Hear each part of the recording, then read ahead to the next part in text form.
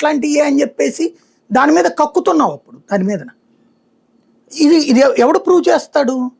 దాన్ని బేస్ చేసుకుని బీజేపీ ఏం చెప్పగలుగుతుంది అందులో? పోనీ ఇప్పుడు బీజేపీని ఒకవేళ లాగుదాం అనుకుందాం, దాంట్లో బీజేపీని కానీ లేకపోతే జనసేన కానీ. సిట్ అనేది ఏమన్నా కాంగ్రెస్ గవర్నమెంట్ అక్కడ కాదు కదా, బీజేపీ గవర్నమెంటే కదా, సుప్రీంకోర్టు కదా వేసింది.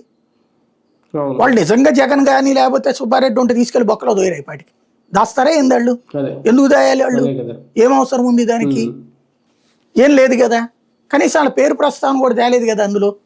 వీళ్ళు అందుకనే ఇప్పుడు పాప నేషనల్ మీడియా వాళ్ళందరికీ స్పాన్సర్షిప్లు ఇస్తారు కదా, 10,000 కోట్లు 10 కోట్లు 20 కోట్లు అట్లా స్పాన్సర్స్ ఇస్తారు వాళ్ళ ప్రోగ్రామ్స్కి, వాళ్ళకి ఏడాదికి ఏదైనా ప్రోగ్రాంలు పెట్టుకున్నప్పుడు. కాబట్టి వాళ్ళందరితో బెదరేశారో లేకపోతే మళ్ళీ ఇస్తామని చెప్పారో కానీ వాళ్ళందరి చేత ఇప్పుడు హడావిడి చేపిస్తున్నారు. మొన్న అయ్యే ఛానళ్ళన్నీ కల్తీ లేవని చెప్పి ఇప్పుడు వాళ్ళ ఎనలిస్టులు యాంకర్ల చేత డిబేట్లు చేపిస్తున్నారు. అంటే కథ నడుస్తుంది దాంట్లో. బీజేపీ ఎత్తినెట్టుకుంటుంది అక్కడ. కీలక వ్యక్తులు అరెస్ట్ ఏమన్నా ఉండబోతుందా సార్? దానికి ఏమన్నా సంకేతమా? ఏముంటుంది అందులో? చేస్తే కనుక అది సిట్ చేయాలి కానీ వీళ్ళు చేయకూడదు కదా. సిట్ చేయాలి. సిట్ ఒకవేళ వీళ్ళు చేస్తే ఇరుక్కుంటారు అక్కడ. అంతే కదా, వీళ్ళు ఎట్ట చేస్తారు అక్కడ సిట్ వేసాక.